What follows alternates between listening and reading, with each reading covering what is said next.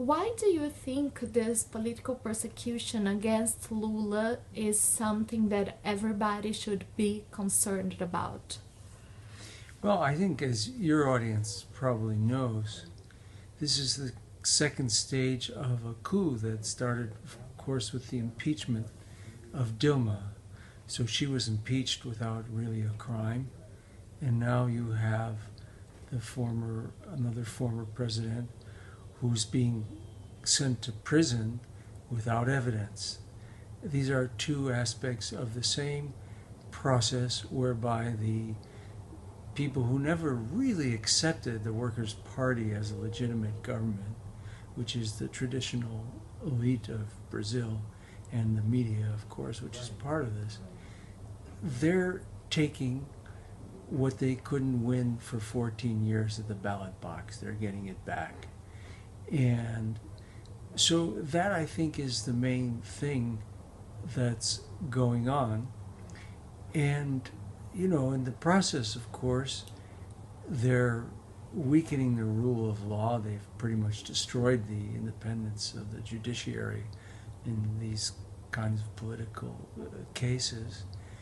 And they're really creating a different, much more limited form of democracy where they get to decide not only if a president can stay in office, but if another candidate, a former president, can run, who can run in the election. So it's really a more limited form of democracy, and it's even more dangerous than that. I mean, obviously there's a lot that's reminiscent of the 1964 coup. You have this violence, on March 27th, Lula's caravan was shot at March 17th. You had Marielle Franco, who, the city councilor in Rio, who was assassinated. It was a real political assassination, and don't see the government doing much to investigate it. So this is getting more and more like not only a limited form of democracy, but something that looks more and more like violence and repression could play a greater role in the way these people govern. In the specific case of Lula, do you think that the U.S. has any role in that sense? Yes, I do. I mean, this is, it's funny how the U.S. role is never discussed in the international media when they talk about Latin America. I mean, Latin America is going through this huge transformation. It became more independent of the United States than it had ever been for 500 years in the 21st century, and now it's going back in the old direction, back to the 20th century. And, to talk about these changes without the United States is kind of like talking about Ukraine and not mentioning Russia. And I think that, of course they're involved. I mean, it's interesting. Lula was asked this question on Democracy Now! And the first thing he said was, well, it took us 40 years to find out what the U.S. did in the coup in 1964. And so a lot of this won't come out. But you do have plenty of evidence. You have, of course, the evidence of the U.S. support for the impeachment of Dilma, which we've talked about before, where they came, where the Aloysio Nunes, the head of the Senate Foreign Relations Committee in Brazil, came here just 2 or 3 days after the coup and met with Tom Shannon, the number 3 person in the State Department. And there were things like that, other meetings, John Kerry's press conference in front of the embassy, the U.S. Embassy on August 5th with José Serra. These were ways, and the things he said about the great future they were going to have.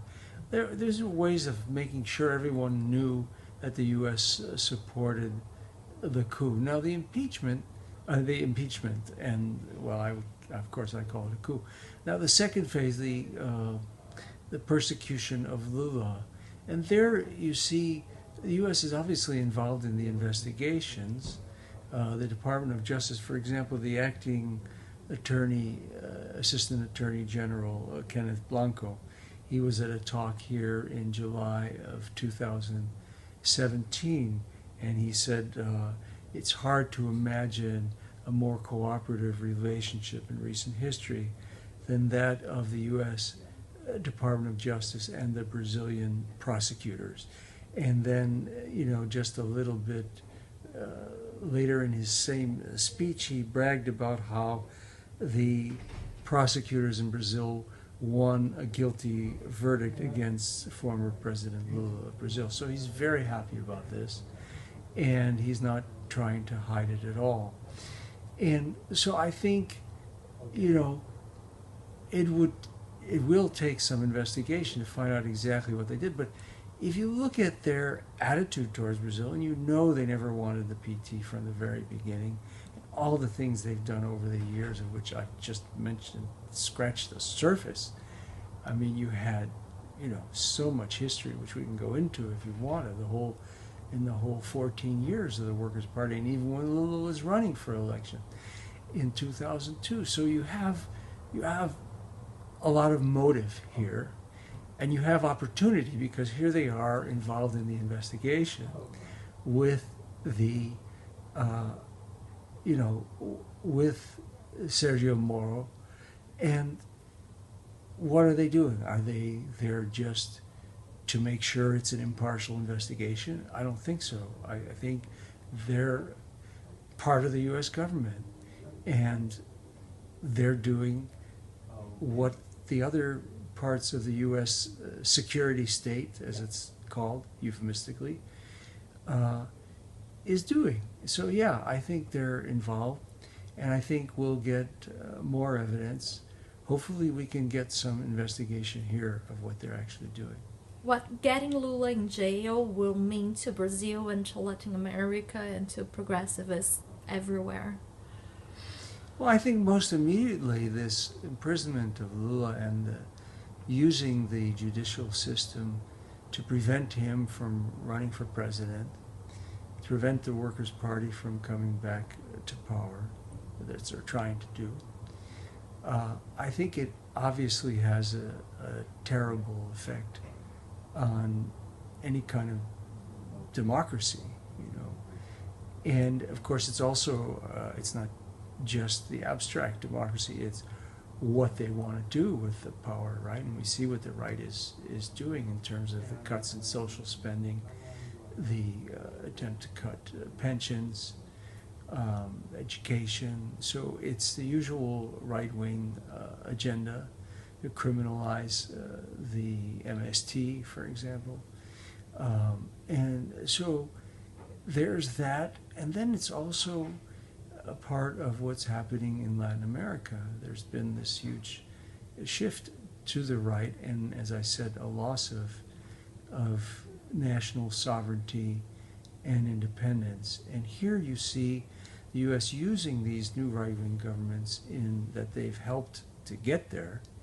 And they've helped in Argentina. They've intervened in Argentina quite a bit to worsen Argentina's balance of payments problems, for example, by blocking loans at the World Bank and the Inter-American Development Bank, and then restoring the U.S. support for that after Macri took office. And then you had, the U.S.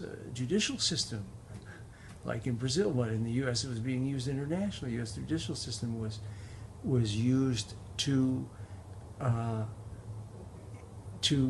exacerbate the balance of payments problems in Argentina as well, when the New York court ruled that the Argentina's creditors could not be paid until the vulture funds were paid. So they did all these things, and then of course they lifted all the things they did to Argentina when they had the right-wing government. And you can go through country by country. Obviously Venezuela is the most prominent example. There you have the U.S. openly calling for a military coup and doing everything they can possibly do to make sure that actually happens. They have financial sanctions against the country, which are illegal under the OAS Charter and other international conventions that the U.S. is a signatory to. And they're trying to strangle the country economically. They're even threatening further sanctions. And right now, nobody even knows about this because the media has barely reported. I think Reuters reported in the United States, and they're pretty much the only one that is paying attention to it. The U.S. is actually trying to prevent a presidential election from taking place because they want a coup. And, you know, even if their candidate, even if an opposition candidate would win, they don't even want to take a chance on that because they want their candidate. And so this is the state you've gotten to when you have right-wing, and not only right-wing, but really pro-U.S. governments. I mean, you know, Brazil, Argentina, Colombia. Santos was independent for a while when you had other independent governments, and now all of these governments have become subservient to U.S. foreign policy in the hemisphere in ways that haven't been in decades. And you haven't had anyone like Luis Almagro at the Organization of American States for decades either. He's got a fanatical crusade against Venezuela, and he's even supporting further oil sanctions against Venezuela. And so this is something, and you've got Mexico as well, which used to have an independent foreign policy, going all the way back to the Russian Revolution. And, you know, and they were practically the only country that refused to cooperate with the U.S. on Cuba after the Cuban Revolution. So, and they're in the pocket of the U.S. foreign policy establishment now as well. So this is